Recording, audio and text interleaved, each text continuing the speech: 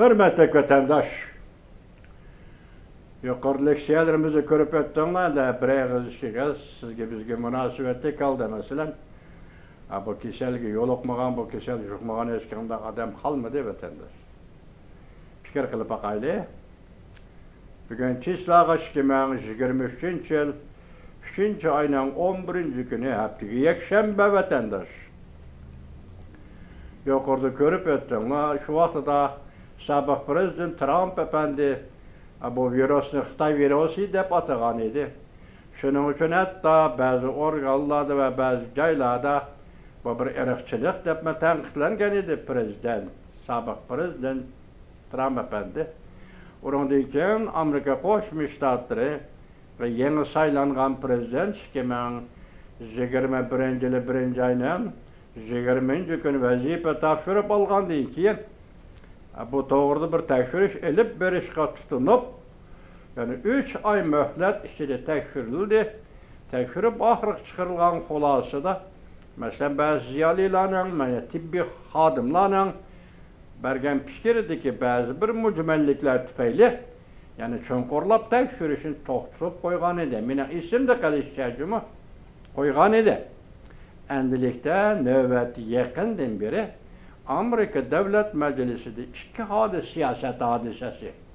Biz ötkeni sizlerge dedik, biz endi Amerika'da amanet koygan Cungo kadrlarının, hatta Cungo daimi heyetlerinin iktisadını aşkarlaydıgan vakti geldi. Biz bunu Cungo halkının aldıda aşkarlayımız dedi. Şundak bir kanun layığı makullandı, ya ki şu kanun layığı makullanış jarayonida muşundak fikir Amerika Devlet Meclisi azalarından ağzından çıktı vatandaşım. Endilikte bu nöbet hazır dedik. Kıska, lekin qat'i. Bu qatim bu COVID-19 yuqumliq virusunun tarqalishi Amerika xalqiga keltirgan ziyon zahmat, dunyoga butun yer shariga keltirgan ziyon zahmat, o'lim, yetim, qanchilgan oila vayron qilindi, qanchilgan oila tavobatlar, bola chaqalar yetim qoldi. Mushu ishning hammasini bugun bu qonun loyiha, bu ham tajribaxonasidan chiqib ketdi deb xulosa qonun loyihada qilinmagan bo'lsa-mu, lekin buningdan sal burun Amerika Energiya Ministerligi mushu to'g'rida xulosa tayyorlab, bu virus Wuhan tajribaxonasidan chiqib ketdi degan, chiqib ketgan mumkinlikni tekshirib e'lon qilgan edi. Bunun keyinida London FBI Federal tekshirish idorasimi shuningga o'xshash xulosa chiqargan edi vatandoshim. Biz hozir ikki xil siyoset hodisasini ko'rib turibdik. Chunki Kompartiyasini tutadigan, sakratadigan, o'rnida o'ltira olmaydigan holat keltirib qo'yilgan ikki hodisalik siyosat.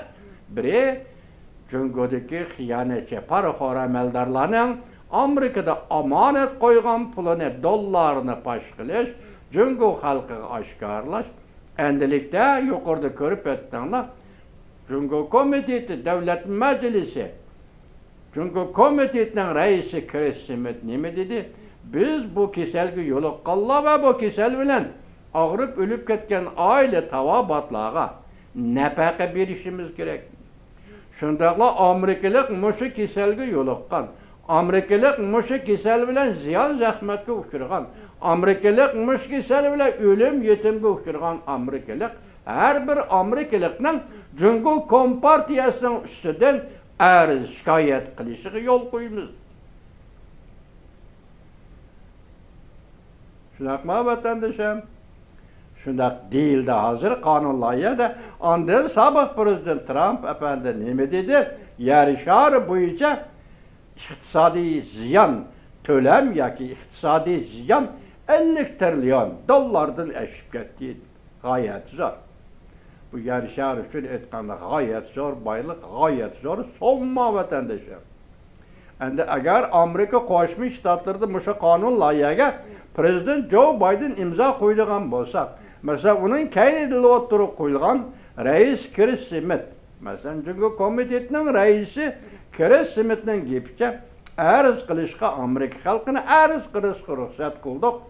Süreç tıkılışqa ruhsat qıldık. Cumhur Kompartiyasının mas'uliyetini degan muşa fikir, muşa qonun loyiha kuchga ega bo'lib o'rnidan dast turadigan bo'lsa, ko'ramiz endi Cumhurning oqibatini vatandosh. Bu hozirgacha Cumhur hukumati muşa masala Wuhan tajribaxonasi tilga elinsini sakrab, dab tushgan mayoqdek sakrab o'rnida tura olmagan edi hozirgacha. Endi bu qatam bu yetib keldi vatandoshim. Qaysi vaqt yetib keldi bu qonun loyiha? 3-oyning 10-kuni. Cumhurda ishga qurultay. Xalq vakillar qurultayda Rais Xi Jinping rais bo'lib saylangan kuni.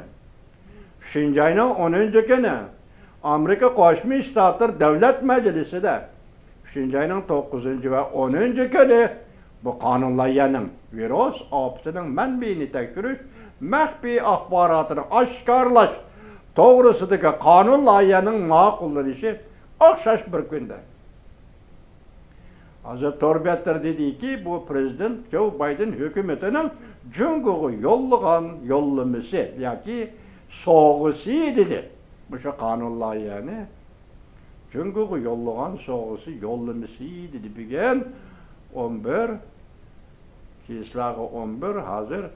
Başka joylar qanday qo'nib Amerika Qo'shma Shtatlari Rais Xi Jinpingning ya Amerika Qo'shma Shtatlarida siyosiy arboblar Rais Xi Jinpingning yana bir qatam rais bo'lib saylanganligi to'g'risida hech qanday tabrik telegramma bir narsa yo'llamadi. Buniki qanday qildi uni bilmaymiz, lekin bugun men sizlarga da'vatqanim Cumhur Kompartiyasi sekretaridan ishga qonun loyiha virus to'g'risida yana beri Cumhur Kompartiyasining xiyonatchi amaldorlarining naqma xiyonatchi amaldorlarining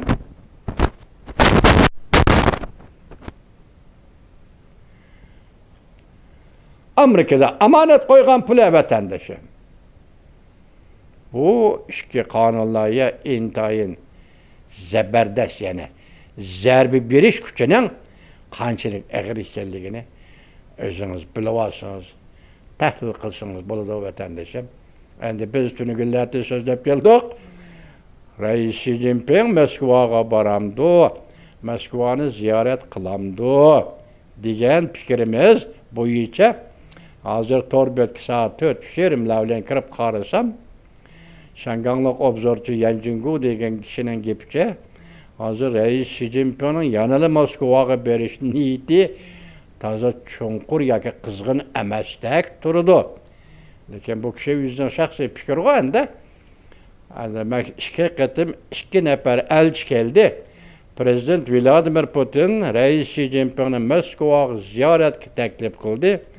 Boraman, bormayman degan mushu orliqda Rais Xi Jinpingning beshini qotirayotgan narsa nima? Rais Xi Jinpingni o'ng'aysiz ahvolga tushirib qo'yayotgan masala nima? Zodi Moskvada qandaq masala Rais Xi Jinpingning oldiga qo'yiladi? Yoki Moskvada zodi qandaq bir mavzu Rais Xi Jinping bilan Prezident Vladimir Putin o'rtasida muhokama qo'yildi. Balki muhokama qilish vaqti tugadi. Men o'ylaymanki, Prezident Vladimir Putinning o'rinlashtirishi bo'yicha qandaq masalalarga qarab chiqiladi deydigan shunday gumoniy fikr bilan yoki tasavvurimdagi fikr bilan yani qurultoy oxirlashdi. Rais Xi Jinping Moskvaga ziyoratga boramsiz qandaq? Bu mesele vatandaş.